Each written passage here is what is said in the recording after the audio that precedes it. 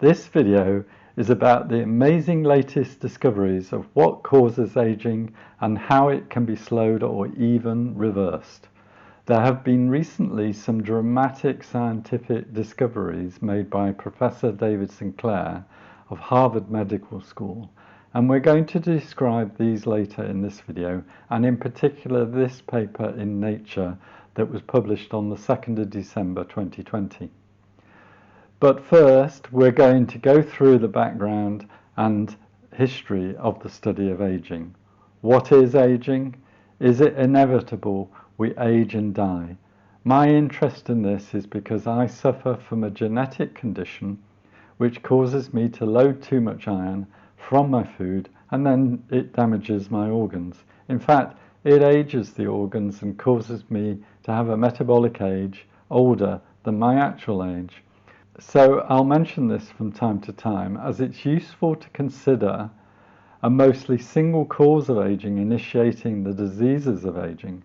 For most people, and for me eventually, there are usually multiple causes for aging and multiple causes for the diseases of aging. This complicates things considerably.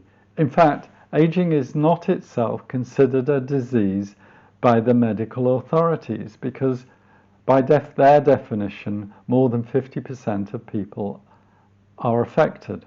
In fact, of course, it's 100% of us at the moment that age and die.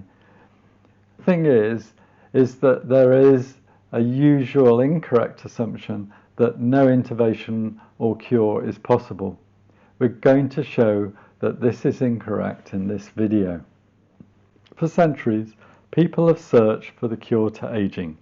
Herodotus in the 5th century BC talked about restorative waters. Alexander the Great went in search of the water of life, which could heal and restore youth, and then Ponce de Leon in the 16th century searched for the fountain of youth. At the same time, a majority of people have thought that death is inevitable for everyone, and that aging is caused by things wearing out, and as a result, we cannot therefore extend life. Even today, many aging researchers have this same view. Listen to this. Aging is not really a phenomenon that is specific to living organisms at all.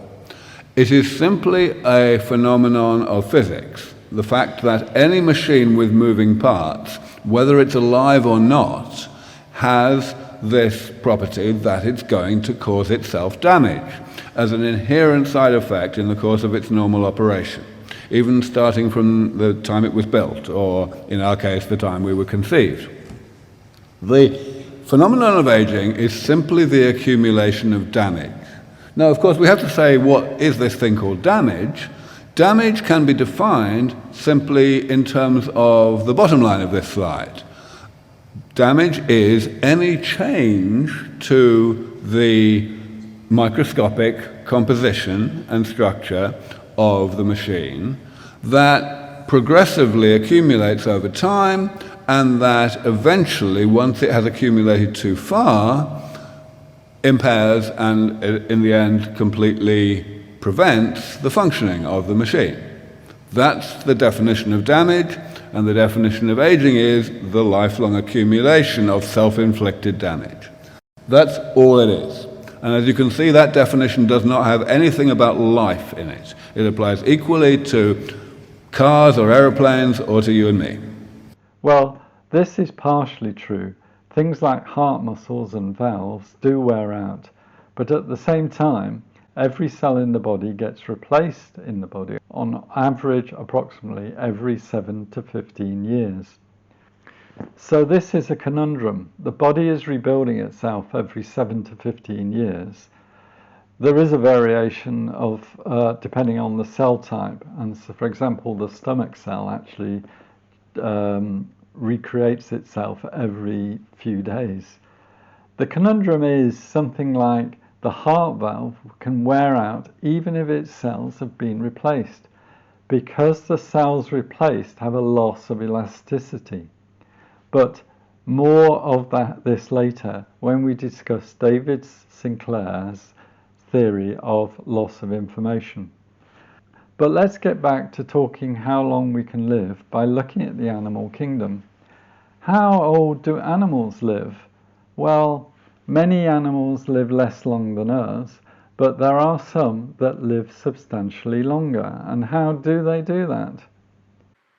The giant tortoise can live up to 256 years, the bowhead whale 200 years, the Greenland shark 400 years, Icelandic clams 507 years, Arctic sponge 10,000 years, and jellyfish can live forever.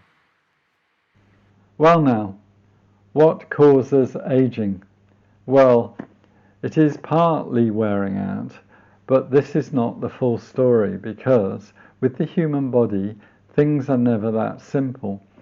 You see, the body is not that similar to a rusting car. Despite statements by some aging researchers to the contrary, the body has two additional functions. One is the immune system, which attempts to stop incoming invaders such as bacteria and viruses damaging us, and the other is the body can, in some circumstances, regenerate. One of the animals that can regenerate is the salamander.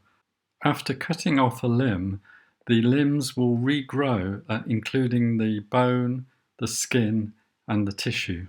Well, what was going on here? The salamander is using something called stem cells to recreate each cell type needed to regrow the limb. In humans, stem cells were first observed as the body creates a fetus, using what's called embryonic stem cells.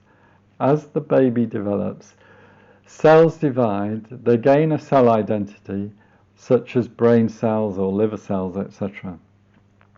It's now known there are lots of stem cells throughout all of us. These are called the adult stem cells and are used in the process to repair the body. There are some cells that can have their cell type predefined. These are called the progenitor cells, and they will form cells of a predefined type. Additionally, doctors now have the capability to take any cell and regress them in the laboratory to stem cells. These are called iPSCs, which stands for induced pluripotent stem cells. This was achieved using 4 genes called the Yamanaka genes. There will be more about these genes when we talk about David Sinclair's latest work. They were discovered by Yamanaka in 2006. They are very similar to the embryonic stem cells used naturally to produce babies. iPSCs are now used for treatment of injuries and things like joint repair, but often outside America, as these treatments are not usually allowed by the US FDA. The problem is that stem cells can sometimes take on the wrong identity, so you can get a kidney cell, for example, appearing in a repairing joint. You can, of course, get totally natural regeneration that we all see every day of our lives. Here is a wound on a finger being repaired with time-lapse photography.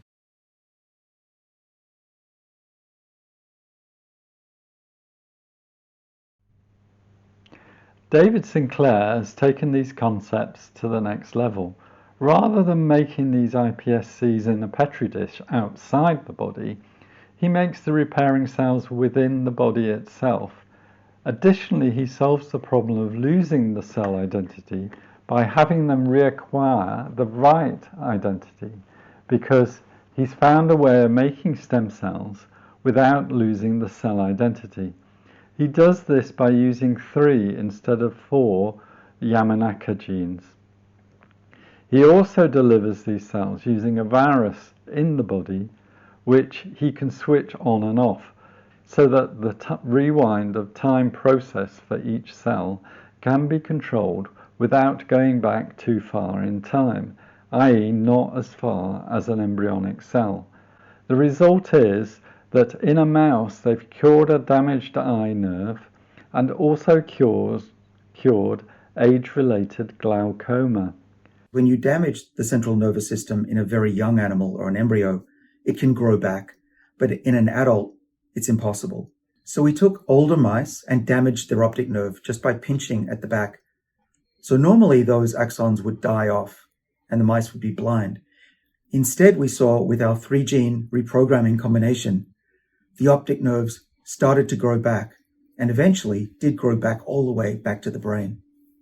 This is a dramatic discovery because it has been previously thought there was no way to repair damaged nerve cells. Stem cells have been used by doctors for 10 years, but because of the consequences of something going wrong is so dramatic, currently in the US, the work for humans has been done only within double-blind trials. There is a way of getting treatment outside the US. As the treatment such as that by David SInclair gets closer to the natural processes of using stem cells, we hope that these new techniques can come to humans more quickly.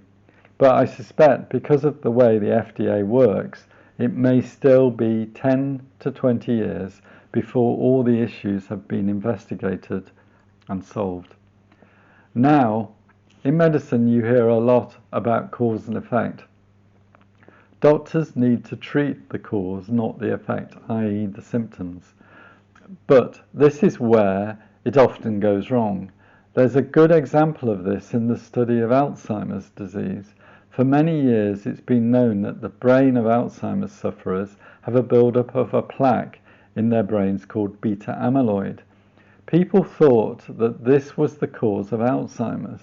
So the drug company spent 10 years developing drugs to reduce beta amyloid plaque. When they did trials with these new drugs, the result was it made people worse. It's now thought by many that the beta amyloid is the effect and not the cause of Alzheimer's. The body is protecting the brain cells using this amyloid against some damaging inflammation, and the damaging inflammation is being caused by multiple factors, not a single cause. Even today, drug companies are still progressing beta amyloid destroying drugs. Eli Lilly has a drug that can remove the beta amyloid very quickly and have shown that a patient feels better as a result.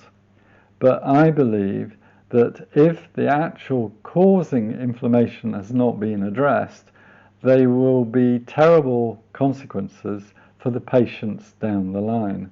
Also, it's the root cause in the chain of the cause and effect which needs to be addressed in all cases. The search for a single reason for an illness is the product of the success of using drugs for infectious diseases in the last 100 years. Doctors have got in the habit of trying to find a single cause for an illness and treat that single cause with a single drug, which usually addresses a single issue. However, most of the diseases where this is relevant have already been addressed. For example, smallpox has been eradicated. What we are left with is the diseases known as the diseases of aging, or better, the inflammatory diseases always have multiple causes, although sometimes a single cause can dominate, as in my case.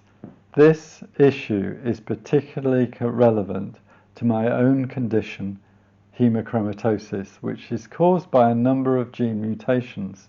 Even for this, doctors have fallen into the trap of not only thinking the cause is a single gene mutation, and my own GP, when hearing about my condition, immediately assumed that there would be a drug to treat it. Neither of these things are true, but today, even the hemochromatosis charities and many of the patients themselves believe the condition is due to a single gene mutation as a recessive condition, requiring mutations from each parent. In reality, it's a single gene called the HFE gene which can be the principal contributor to initiating the diseases associated with hemochromatosis, which is non-coincidentally the same as the diseases of old age, like liver disease, heart disease, arthritis, Alzheimer's, and diabetes too. However, in the case of there being a pre-existing disease such as diabetes, the addition of hemochromatosis will contribute to the disease symptoms, making them worse than the sum of the parts. The problem is, many doctors will rule out hemochromatosis if they see inflammation due to other inflammatory diseases. It's true, each true cause needs to be considered for treatment, but it does also include too much dietary iron caused by hemochromatosis, and you will see this effect a lot in hemochromatosis carriers who overload. This point about multiple causes and effects interacting has a great example with the scandal of how vitamin D was rejected as a way of reducing the effect of COVID by the UK government scientists. Just listen to this UK MP who was involved in this. But they didn't. Instead, what NICE did was look at 5 studies. I'm still to this day, I'm not entirely sure how they picked out the 5 studies. And they chose to believe one of them, right? 4 of them said there's an effect. 1 said we don't think there is an effect, right? That's the so-called hasty study.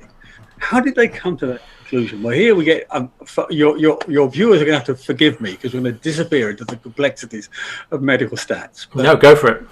In essence, there's a thing called a confounding variable. Yep. Basically, if you are running an experiment and other things affect the outcome, yep, that can be a confounding variable. So you're trying variable A, but variable B is dominating the outcome, right? Yep. So there's a lot of work in removing the effect of confounding variables. What you do is you do a regression analysis with variable B and then eliminate that from it. Well, they said, right, we're going to remove the confounding variables for age, for ethnic minority status, for obesity, for various pathogenic status like diabetes and COPD and so on, blood pressure and so on. And the trouble with that is every single one of those so-called confounding variables is heavily associated with vitamin D deficiency. Heavily associated with vitamin D deficiency, you know. Ethnic minority status, dark skin strictly, heavily associated with vitamin D deficiency. Obesity. Yeah. And so it's entirely possible, and in my view, very likely, actually the effect of all of those different things is mediated through vitamin D deficiency. You see, these scientists have got so involved in the way they've analysed the efficacy of drugs, common sense has gone out of the window. There have been massive evidence over 10 to 20 years that vitamin D helps all respiratory diseases such as flu and now COVID. And furthermore, there is no downside from taking vitamin D at the recommended dose. So why not use it? And the stupid and thoughtless reason is that it did not pass the methods developed for single disease targeted drugs. So it is complete insanity to reject recommending it. And yet, this is the madness that happened. The same madness is also involved in why working on solutions to aging are also rejected. Aging has multiple causes and multiple symptoms. It cannot be dealt with by techniques used for single disease targeted drugs, and yet the people that make these decisions are so full of themselves they cannot see that. For that reason, the medical authorities refuse to even call aging a disease simply because it affects everyone. Many aging researchers campaign to get it called a disease, but personally I think it's better to call it a condition which causes the diseases of aging, just like hemochromatosis is a condition which causes the diseases of aging via inflammation. Let's revisit what aging is now we know more. The inevitable part of aging is the wearing out of many functions within our bodies. But this wearing out cannot be viewed on its own. The body also has a repairing part and is indeed reversing aging and making the functions work again. And yet, whereas we have an immune system to counter out invaders, no scientist has named a repair system to counteract wearing out. Perhaps we should. But conceptually, we do have a repair system of sorts, and it is made up of parts that are recognized by scientists. The main component of the repair system is called autophagy, which is a process where old worn-out cells, called senescent cells, are broken down into their constituent chemicals for reuse in constructing brand new functional cells. But what process is it that initiates autophagy? Well, like all things to do with the body, this is where it gets complicated. There are multiple stress-type initiators for autophagy, from exercise, heat like saunas or cold, fasting including calorific restriction, to eating certain naturally stressed vegetables and fruits such as blueberries. To further complicate matters, worn-out senescent cells release chemicals which cause inflammation. All these stressors are recognized by a set of genes called the Sirtuins, which themselves can be activated using some molecules which can be purchased as supplements or contained in foods. This has been a discovery also by David SInclair, who 10 years ago discovered a component of red wine called resveratrol helped stimulate the Sirtuin genes to start autophagy. Subsequently, he has found another group of molecules associated with vitamin B3, and in particular NR and NMN, which help in the production of a protein which gives us energy to all cells called NAD, which becomes more scarce in the body as we get older. So a mixture of NMN and resveratrol is thought to slow aging, but recently it's been discovered that extra virgin olive oil has an even better properties than resveratrol. This makes a lot of sense because it's known that in the Mediterranean diet does decrease aging and increase longevity. And it may be in part due to increased consumption of olive oil. I currently do take NMN and resveratrol with some olive oil as well. But remember, my hemochromatosis will have caused more aging, and these combinations will only slow aging. They are not reversing aging. So to create a repair system, we need to initiate autophagy to get the raw materials for rebuilding of cells, and to maintain the essential chemicals we need to live, some which decrease with age. Additionally, we need regeneration, where the body then creates new, fully functional cells. So we know the body does replace cells because we know the body is doing so every 7 to 15 years. But we also know when they are replaced, they aren't as functional as the cells of our children. The obvious example is our skin becomes less elastic and we get wrinkles, which is a sign of aging. So why do these new cells lose function? Well, David SInclair now has the answer to this too. He says our cells are losing information. They are forgetting some of the knowledge contained in the old cells, and he is attributing this to epigenetics. Epigenetics just means above genetics. It's a means of switching on and off genes which are functioning correctly. Epigenetics is something which works mostly during our lifetimes to change the way our bodies work, whereas genetics was described by Darwin as the inheritance between parents and children due to mutations in our genes changing the blueprint of how our bodies work. It's epigenetics where things go wrong as we age. The purpose of epigenetics is to allow us to cope with change. Suppose the weather changes and there's less water available to us, a drought. The body responds by modifying our epigenetics so we require less water. It's like having a console with lots of knobs so we can fine-tune the body to make it work better for the latest conditions. Now imagine you don't use the full extent of the variability of each knob. What the body does not use gets removed as we replicate each cell as we get older.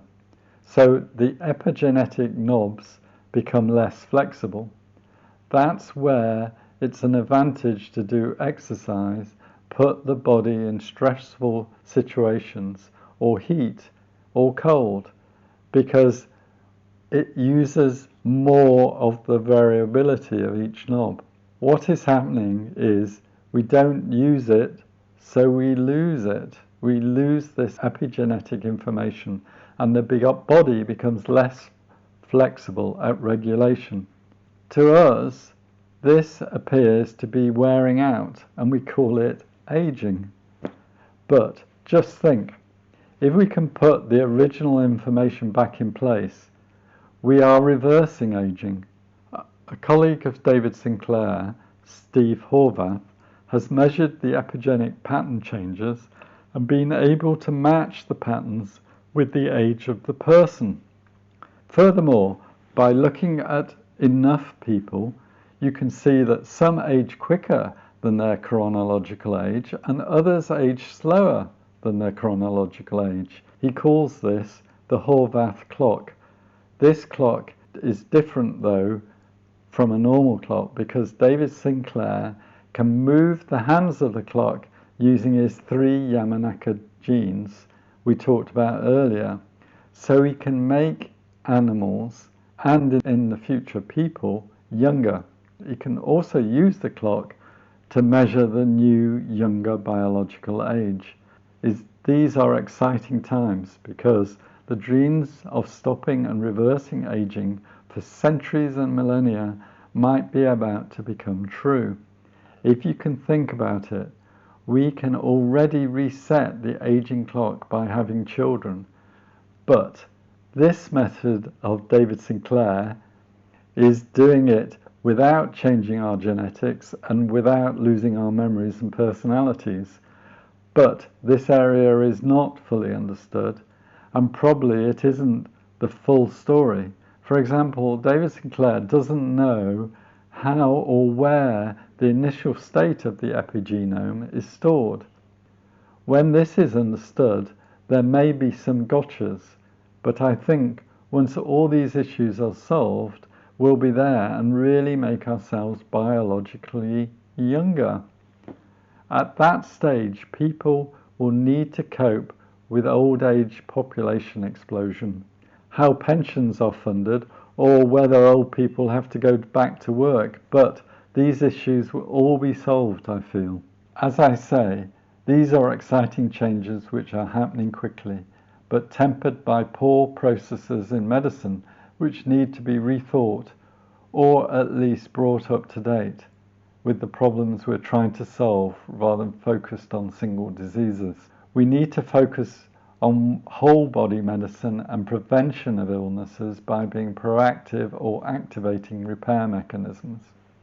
In my own case, with my own genetic disease of hemochromatosis, it's already possible to spot the potential for suffering from symptoms and treat it before the symptoms arise.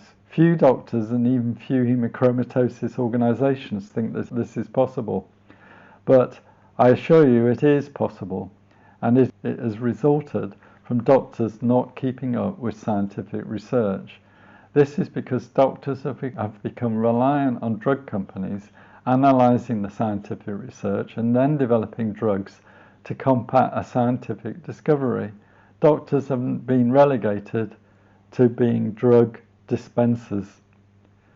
Diseases that don't have a single cause or should not be treated by drugs like hemochromatosis are then ignored, and you get complete misinformation propagating everywhere. This has happened to hemochromatosis, where doctors and hemochromatosis organizations think it affects 1 million Americans, whereas It actually affects more like 3 million Americans, and every child should be screened for it using DNA so that we can put an end to the suffering and early death people experience from it. Currently, the medical DNA tests for it don't even test all the genes involved in the disease. Only the tests from Ancestry and 23andMe test enough to give a better, closer prognosis to a typical potential sufferer. You need to use an additional website called checkiron.com, which is free and anonymous and written by me, to help people and save illnesses and lives. I pay all the costs and time it takes to run this site and do all the research. I don't even ask for donations because I believe all monetary gain out of this service is fundamentally wrong. Since doctors are not doing this testing, are not even capable of doing it correctly, I urge people to take control and investigate it themselves. Remember, 3 million Americans are affected by this genetic disease. Okay, let's summarize where we got to with this look at aging and its reversal. Reversal of aging in animals has been demonstrated to work, and the transition to doing the same in humans now looks feasible. However, the medical methods and processes are out of date with this and already are totally failing with more complicated diseases, especially where there are multiple causes to a disease. Drugs are not always the answer. Understanding the causes is just as important. We are all different and we all have different reasons for getting ill. Personalized medicine and prevention of diseases, proactive detection, are not being treated seriously.